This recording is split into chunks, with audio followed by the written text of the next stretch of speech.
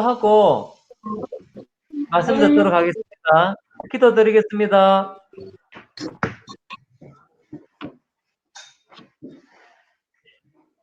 아버지 하나님, 예배 이후에 이 시간 저희들이 귀한 하나님의 말씀을 듣는 시간입니다.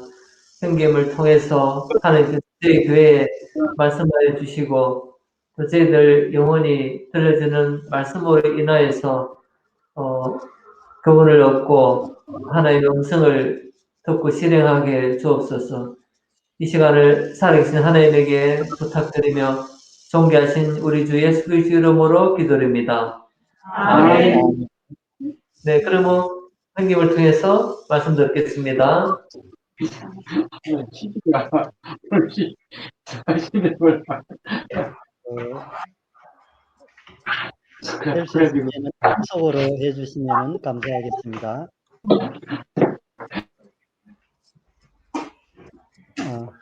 이 화면 잘 보이시나요? 네. 핸드폰으로 보기에는 조금 작을지 모르겠습니다.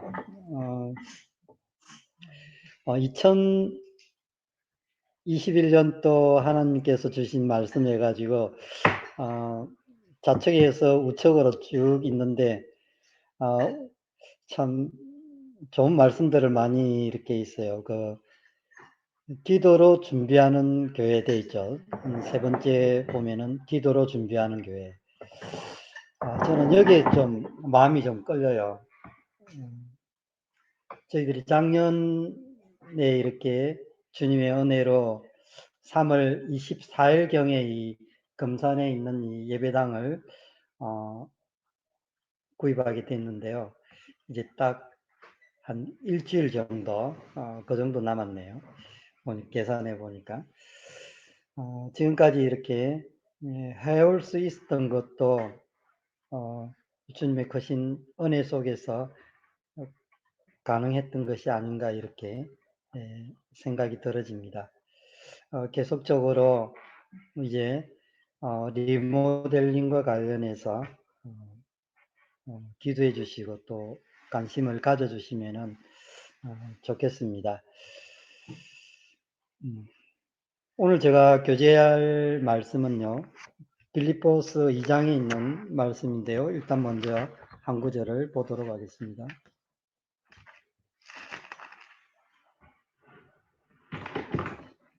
빌립보서 2장 신약성경 319페이지입니다. 5절 말씀입니다. 너희 안에 이 마음을 품어라. 곧 그리스도 예수의 마음이니. 왠지 제가 오늘 조금 내용은 좀 달랐지만 이 말씀이 조금 교제를 하고 싶었어요. 나중에 제가 조금 배경 설명은 해드릴 건데 주님께서 자신이 이렇게 낮아지시고 또 하나님의 본체시어나 또 그것을 떠나서 이 땅에 오시고 6절에 보면은 동등됨을 취할 것으로 여기지 아니하시고 자기를 비어 종의 형체와 같이 됐다.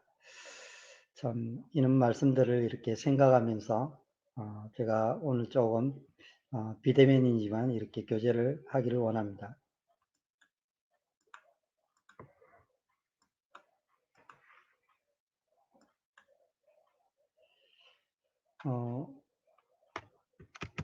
화면이 지금 넘어가야 되는데 꼼짝을 안 하네요.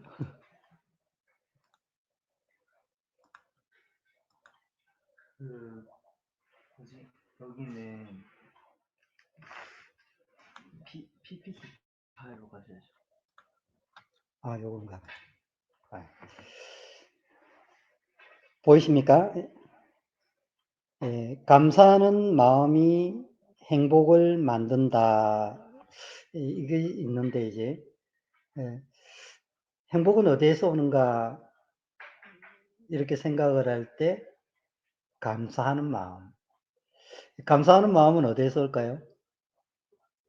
예, 주님께서 저희를 사랑하신 거란 은혜와 구속을 생각을 할 때 거기에서부터 출발점이 아닌가 생각이 들어집니다. 예, 다음 그림에 보면은 좌측에 보면은 내려놓음이 있고 우측에 이렇게 공중의 새를 보라 되어 있는데요. 그 위에 보면은 내 인생의 가장 행복한 결심 되어 있죠. 결심. 내려놓는 거.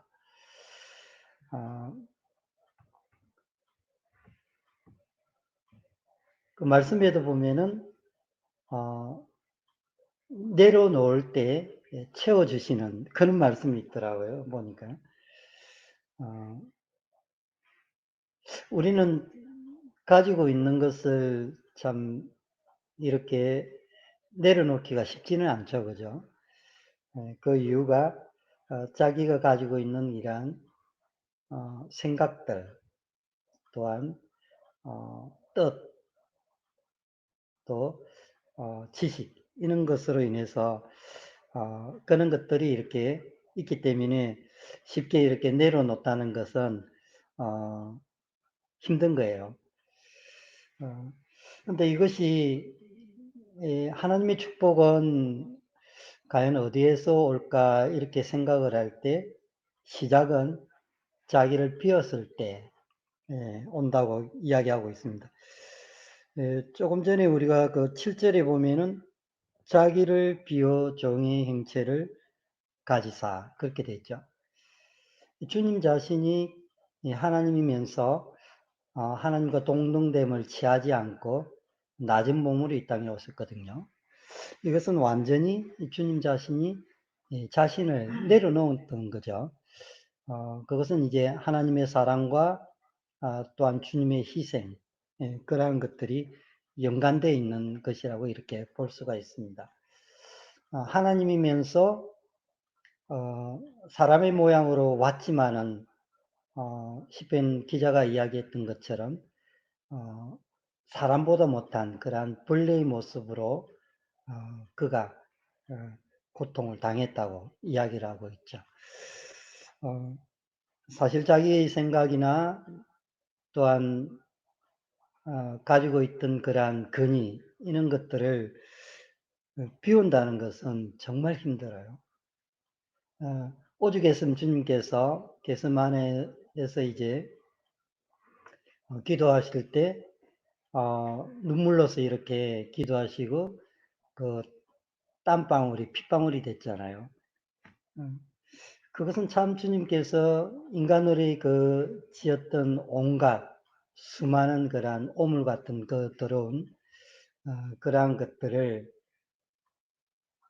감당하려고 했기 때문에 사실은 저희가 이제 그것을 감당하고 그에 대한 책임과 벌을 받아야 되는데 주님께서 그것을 한 제물로 이렇게 드리시기 위해서 그만큼 애쓰시고 고민했던 그런 부분들을 우리가 알 수가 있습니다.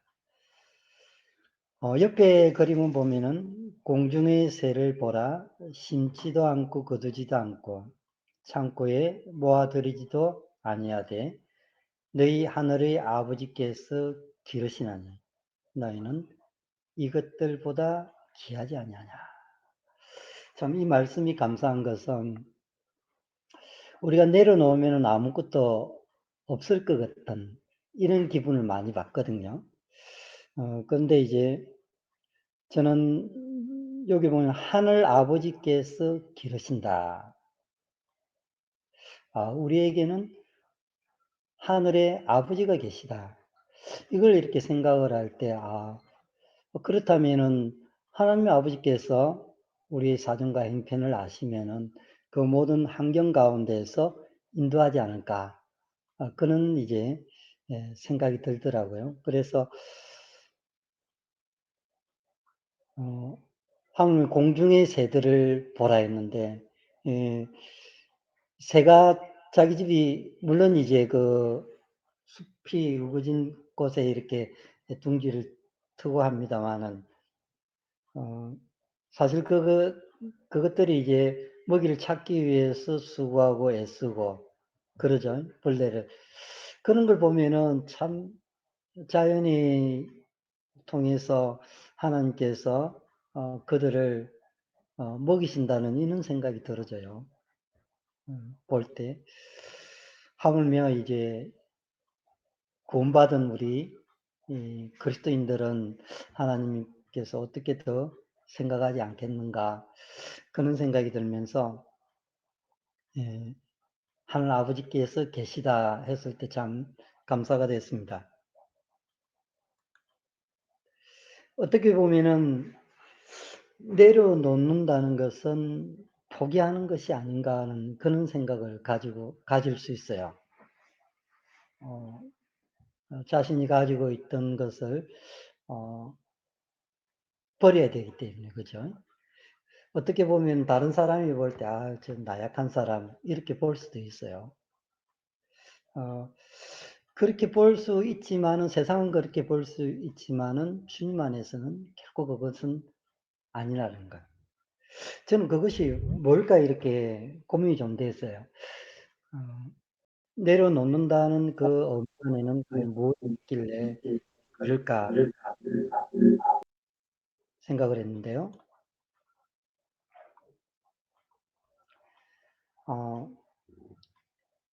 세상에서 주인 삼았던 모든 것을 내려놓는다. 내려놓는 것 중에 하나가 내가 주인이 되어 있는 거죠. 내가. 그래서 이제 그 자리를 주님께 이렇게 드림으로 말미암아 내려놓는다는 거죠. 이 말씀을 생각을 할 때 이제 시편 81편 시편 10절 말씀이 이렇게 생각이 났는데요. 나는 너를 애굽 땅에서 인도하여 낸 여호와 내 하나님이니 내 입을 크게 열라 내가 채우리라 하였으나. 내려놓는다는 것은 어떤 겁니까?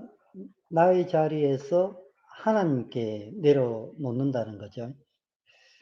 지난 시간에 제가 여호와 스스로 있는 그러한 분, 유일하신 그러한 분, 또한 그분이 우리의 인도자라는 거죠. 여기서 보면은 애굽 땅이라고 되어 있는데 애굽, 참 애굽이라는 곳은 그 당시에 풍부했습니다. 세상적으로 많은 그런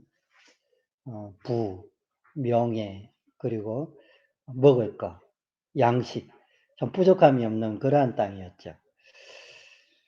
그런데 이제 이스라엘 백성들은 그곳에서 그렇게 살았으면 좋겠는데 종의 모습으로 있었거든요. 그들은 노예의 그러한 땅이었죠. 세상적으로는 그런 것들이 어떻게 볼 때는 가진 것처럼 보이지만 영혼의 상태는 아주 메마른 그러한 상태였습니다. 그래서 하나님께서 그들의 고통과 슬픔을 아시고 인도하여 내셨다라고 이야기를 하죠.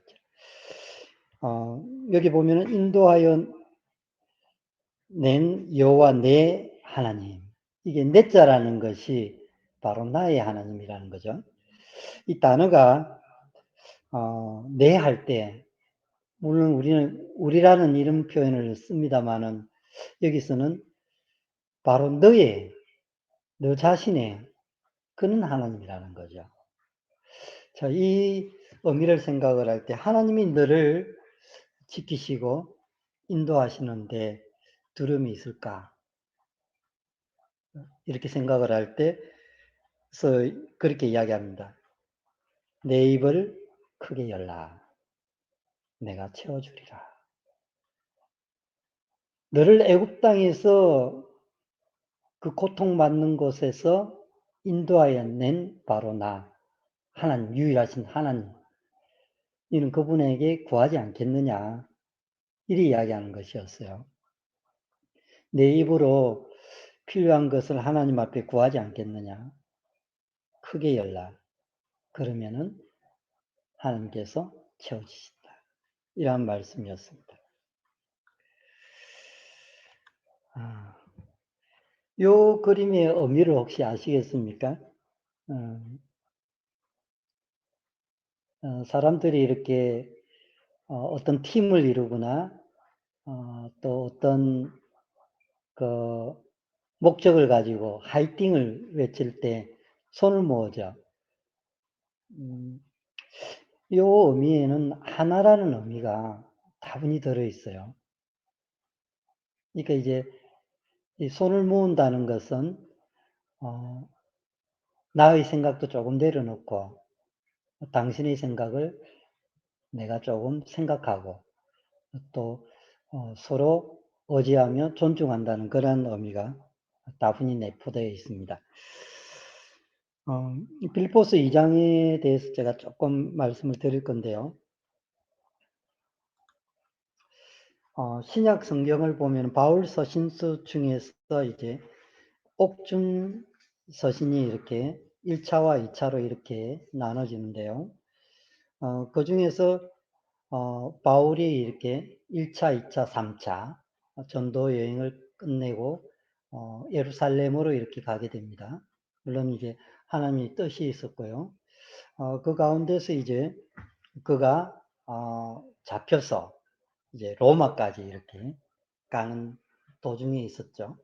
그래서 로마에서 이제 가택 연금 도중에 이제 서신을 쓰게 되는데요. 그때 이제 골로새, 빌리몬, 그 다음에 에베소, 빌립보 이렇게 네 권의 서신을 쓰게 됩니다. 지난번 우리 배운 것처럼 그 에바보로디도 편으로 이렇게 빌립보스를 이렇게 쓰게 되고요. 이 서신을 쓰면서 바울의 심령은 그 교회 가운데 여러 가지 어려움이 있었다는 것을 에바브로디도 편으로 해서 들었습니다. 그래서 이제 이 서신을 쓰면서 보내는 거죠.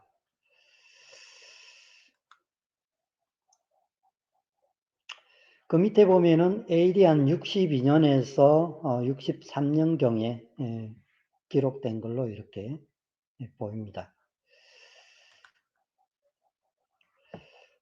여기 이제 1차, 2차, 3차, 그리고 로마까지가 있는 배경인데요.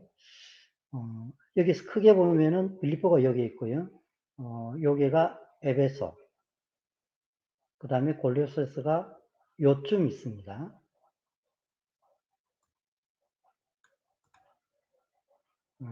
요쯤 있죠. 그래서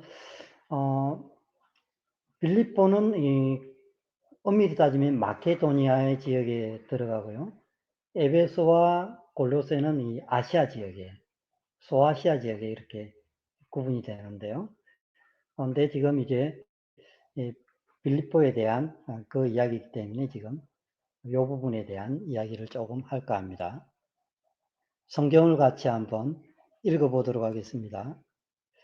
빌립보서 2장 1절에서 5절 말씀입니다. 그러므로 그리스도 안에 무슨 겉면이나 사랑의 무슨 위로나 성령의 무슨 교제나 긍휼이나 자비가 있거든 마음을 같이하여 같은 사랑을 가지고 뜻을 합하며 한 마음을 품어 아무 일에든지 다툼이나 허용으로 하지 말고 오직 겸손한 마음으로 각각 자기보다 남을 낮게 여기고 각각 자기 일을 돌볼 뿐더러 또한 각각 다른 사람들의 일을 돌아보아 나의 기쁨을 충만하게 하라. 5절 너희 안에 이 마음을 품으라 곧 그리스도 예수의 마음이니. 오늘 주제 중에서 마지막 구절 5절 그리스도 예수의 마음 이게 좀 집중하고 싶습니다. 1절에 보면은 그러므로 그리스도 안에서 무슨 겉면이나 사랑의 무슨 위로나 성령의 무슨 교제나 긍휼이나 자비가 있거든 이렇게 했는데요. 이 말씀에 보면은 주님 안에서 네 가지를 이렇게 이야기를 하고 있죠. 겉면과 위로와 교제와 긍휼이나 자비. 우리가 교회 생활을 할 때 곰곰이 생각해 보면은 이 네 가지가 아마 다 들어가는 것 같아요. 첫 번째가 이 겉면인데, 참, 말씀이 전하기가 참 힘이 듭니다. 겉면.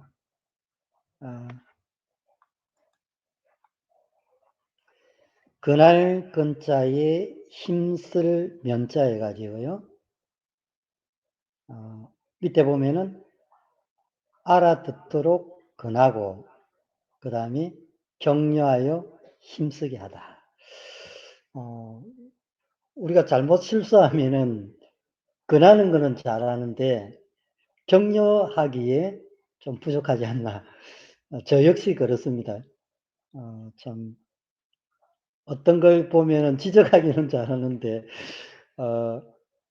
그것을 이렇게 격려하면서 힘을 쓰게 하는 이 부분까지 갔으면 정말 좋겠는데요. 참 잘 되지 않는 것 같습니다. 저 역시 많이 부끄러워요.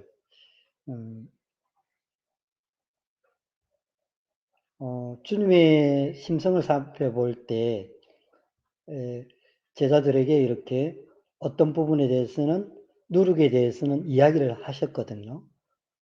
그러면서 그들이 또 힘이 빠질까 싶어서 세워주는 그러한 부분도 있었어요. 제자들의 편에서. 한날 예수님께서 안식일날 1박 4일로 지나갈 때 바리새인들이 어찌하여 제자들이 그 이삭을 잘라 먹는가 그랬잖아요. 그때 제자의 편에 서서 그들에게 변호해 주면서 이야기하는 그런 모습이 있습니다. 사실 이 격려라고 이야기할 때 겉면이라는 근자에 대해서 제가 다시 한번 생각해 보게 되는데요. 우리가 이런 부분을 잘 이렇게 아울러 가지고 하면은 정말 좋지 않겠나는 그런 생각이 들어져요. 격려라는 것은 우리 잘할 때 어떤 성도를 거기에 대해서 축하해 주고 또 위로해 주고 힘을 내게 해 주고 하면 참 좋겠는데요. 그죠? 그런데 여기서는 보면은 근하고 격려라고 했거든요. 근하고 격려. 근하다는 근자가 어떤 잘못된 부분들을 지적할 수가 있습니다. 그런데도 불구하고 면을 생각을 할 때 거기에서 그 상태에서 그가 그 일을 또 할 수 있도록 세워준다는 거죠. 참 어려운 말씀인 것 같습니다. 잠언에 보면 이렇게 되어 있죠. 훈계를 받기를 싫어하는 자는 자기의 영혼을 경히 여김이라. 견책을 달게 받는 자는 지식을 얻느니라. 지적을 받는다는 거, 참 싫어요. 저 역시. 그런데 그렇게 하는 사람은 자신의 영혼을 가볍게 생각한다는 거죠. 가볍게. 그뿐만 아니라 그러한 것을 자신의 그러한 부족한 부분을 이렇게 받아들이는 사람은 달게 받는 사람은 지식을 얻는다 했죠. 그것을 통해서 주님께로는 선한 것들을 얻을 수 있다라고 말씀하고 있습니다. 시편의 141편 5절에 보면은 어인이 나를 칠지라도 은혜로 여기며 책망할지라도 머리에 기름같이 여겨서 내 머리가 이를 뭐라고 했습니까? 거절하지 아니한다. 참 어렵거든요, 이거. 여기서 이야기하는 의인이라고 했잖아요. 의인이 나를 칠지라도. 그 사람도 주님 안에서 주님의 모습을 닮고 있는 사람이에요. 그런데 친다고 했거든요. 어,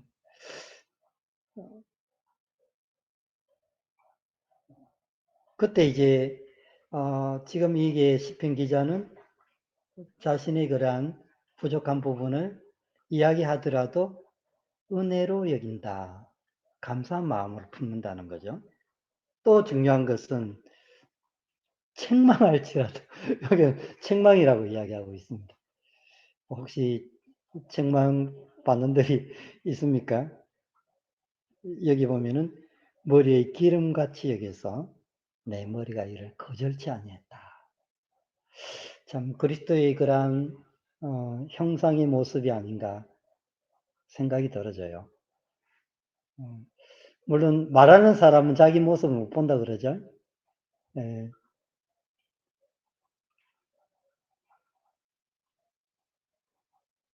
여하튼 주님께서 우리들에게 이러한 마음으로 비어있는 그러한 마음의 상태가 되면은 주님께로 오는 그러한 크신 은혜가 있지 않을까 하는 그런 생각을 해보게 됩니다. 2절을 마음을 같이하여 같은 사랑을 가지고 뜻을 합하여 한 마음을 품어. 여기 보면은 마음을 같이하여서 이제 같이하여 우리가 같이 한다는 그 의미에는 이렇게 뭐 많은 것도 있겠지만은 사람의 이 본성에서 나오는 게 감정, 그 다음에 태도, 의지 이런 것들이 있다고 그래요. 나의 감정이 이렇게 같이 할 수 있는가? 감정은 이렇게 다른데 태도는 웃으면서 할 수 있거든요. 예. 의지, 뜻. 내하고 저거 뜻이 좀 틀린 것 같는데 이렇게 할 수 있어요. 그게 또 모습으로 태도로 나올 수가 있습니다. 빌립보스를 기록할 당시에 그 에바브라디도펜으로 빌립보 교회의 사정을 사도 바울에게 알렸을 때 이런 부분들이 이렇게 나타나 있었어요.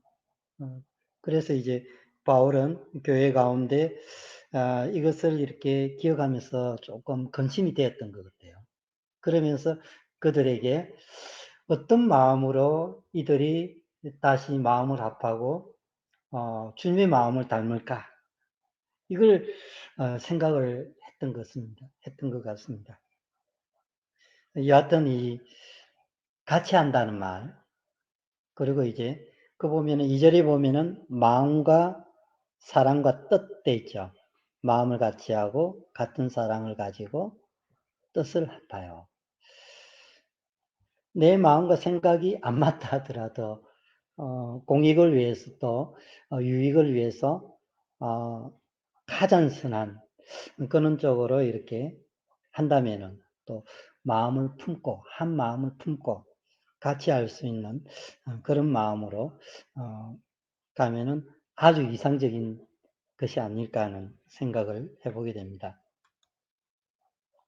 3절에 아무 일이든지 다툼이나 허용으로 하지 말고 참 여기 노죠. 일에 있어서 다툼과 허용 이게 있더라고요. 보니까 혹시 일을 하다가 내하고 트러블이 생기는 그런 부분들이 있지 않나요? 그 부분에 대해서는 저는 있다고 저는 생각이 드는데 이 허영이라는 것을 생각을 할 때 이거는 과연 뭘까?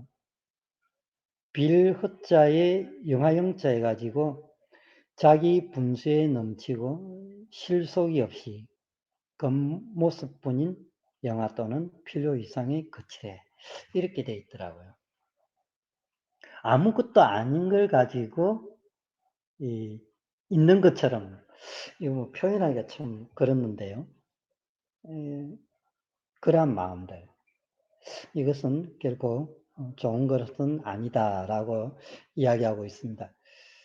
그래서 우리가 어떤 일을 하게 될 때, 의견 차이가 나면은 그럴 수 있어요. 다툴 수 있는데, 그렇지만, 다시 주님 안에서 우리가 하나 될 수 있는 것은 그런 것들을 내려놓을 수 있는, 또 존중해 줄 수 있는 그런 마음이 있다라고 저는 생각이 들어집니다. 3절 후반절인데요. 오직 겸손한 마음으로 각각 자기보다 남을 낮게 여기고, 이 겸손이라는 것은 남을 존중하고 자기를 내세우지 않는 그러한 태도, 남을 낮게 여기는 그러한 마음이라고 이야기하고 있는데요. 그 옆에 보면은 저 굴육과 비굴함 되어 있죠. 이 당시 그 로마 시대 때 당시 겸손이라 하는 것은 타인으로부터 어떤 거냐면, 저 비급한 자, 그렇게 손가락질을 당할 수 있는 그러한 상태였습니다. 그 분위기가 그랬어요. 진취적이고, 뭐 이기려고 그러고, 어뜸이 되려고 하는 그런 분위기였거든요. 근데 그들이 이제 그러한 부분에서 이제 겸손이라는 것을 바울은 이야기를 했어요. 겸손.